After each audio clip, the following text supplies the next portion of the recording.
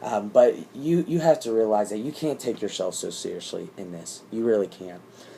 You've heard it said, "Don't take yourself so seriously. No one else does."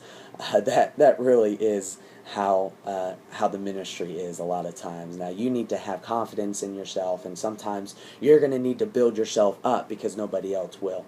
But you cannot become overly prideful. I remember a friend not too long ago coming to me and saying, he was really being used by God, really started preaching stuff like that. He came to me and he was saying, "Look, Aaron, all these people are testifying at church and doing all this stuff," he said, "but nobody's mentioning me, and nobody is talking about what I'm doing, and nobody's mentioning my ministry, nobody's giving me recognition for any of this stuff or anything." And I had a very good long conversation with him about basically you can't expect people to.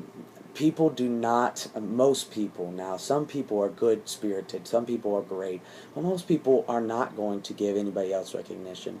Most people are not going to try to help you out in that way, and that's good, because we are not supposed to receive recognition, because we aren't even the ones doing this. This is God doing this. I cannot do anything without God. I cannot really help someone. It's only God who can really help someone. I can just be a servant to do it. So if anybody needs recognition, it's God who needs to get the recognition, not us. But I understand the need for recognition and the need to try to receive things. And I just like anyone else, I am puffed up and I feel good about myself when somebody gives me recognition or talks about me or says, something that said that I did a good job or something. And we all do it, but we have to keep our spirit in check, because we can go too far with that. Right now in the UPCI and in apostolic organizations, all that, it is in to be in the ministry. It's in to be a preacher and a minister. That's why you have so many people going to Bible colleges and all these different things. People who don't necessarily have a passion for the ministry. They just know that they need to be in the ministry, so they're gonna go and do what they need to do to be in the ministry. But the problem is, when you have that, is you remove where before not so many people were, endeavoring to be in the ministry, and it wasn't like a general mindset, okay, you get older, you become a preacher.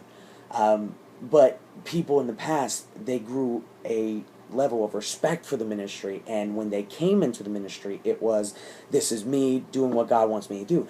We have fallen into a position where there's more people getting into the ministry just because that's what you do in the apostolic faith, and that's what you do in the organization, and that's what you're supposed to do, and not so much because they felt the call of God on their life, or that they want to do the will of God.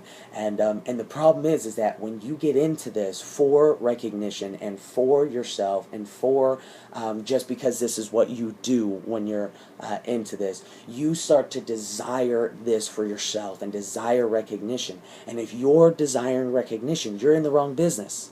Because again, it's not for me to be recognized. It's for God to be recognized. This is not about earthly gain. I am not trying to win people to myself and to my ministry. I'm trying to win people to God and to the pastor's ministry and to the church. And I'm trying to help them get to a place to where they can become ministers. That's the minister's duty. It's not to gain an earthly gathering. It's to gain an heavenly gathering.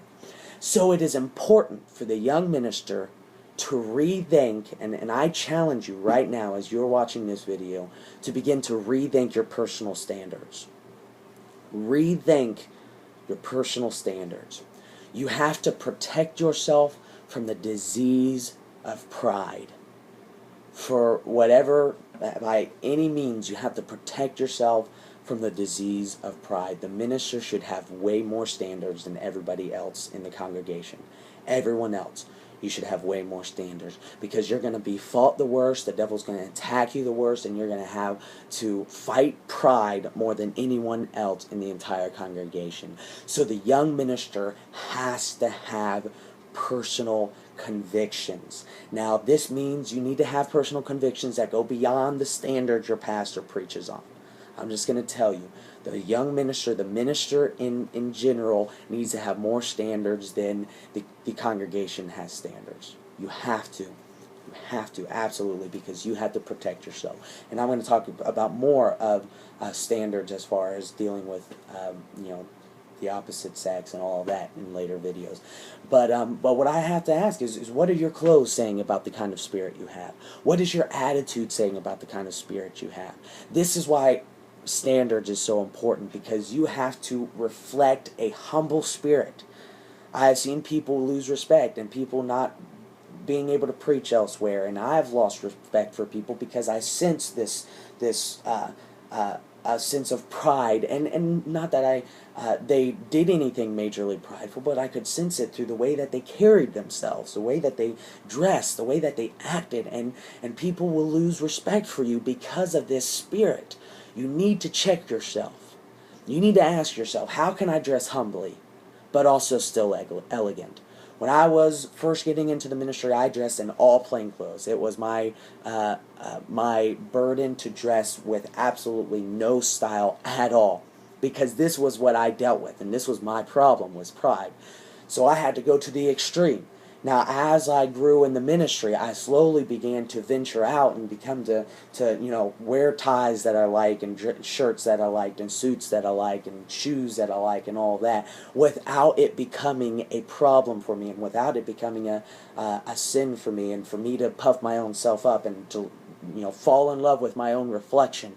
But if you can't, you need to go with all plain clothes. You need to go to the extreme with this. I remember hearing Lee Stone King talk about holiness, and he said, one time he was preaching, and he said back in the day when he was young, he said he was known for being the best dressed, the most well-dressed preacher and person around, and he said he took pride in his clothes. He said, but one time he was preaching, and as he was preaching, he caught a couple of girls staring down at his clothes. And he said he kept preaching, but he couldn't necessarily catch their attention because they were so caught up in how good he looked in his clothes and his style that their attention was drawn toward him and not toward God. And now if you see Lee Stone King, he doesn't in any way try to dress with style at all. And that's because he knows that there's a direct response when you have a spirit that reflects your own will, and a spirit. People will sense your spirit, and people will lose out on respect for you, and they will lose out, even if they can't keep respect for you and they continue to follow you and all that, they will lose out on their respect for God, and their attention will be drawn away from God onto yourself, and you have to be careful. There's been times when I had to check myself and knock myself down and put myself back into position, because I had to realize, look, I could get recognition for this. I could do this and it would work. But if I don't do it and I let somebody else do it, or I let this become a God thing, God could get the recognition for this, and somebody could find God, or somebody else's ministry could be built up. And I had to stop myself and say, look, Aaron, step back. This isn't your show. This isn't about you. It's not about my reflection. This is about a God thing. This is what God needs to do. So what I challenge you is to stop revisiting your reflection. Leave your reflection alone. Leave yourself behind. Pick up your cross daily. Submit yourself unto God and follow Him. God bless you.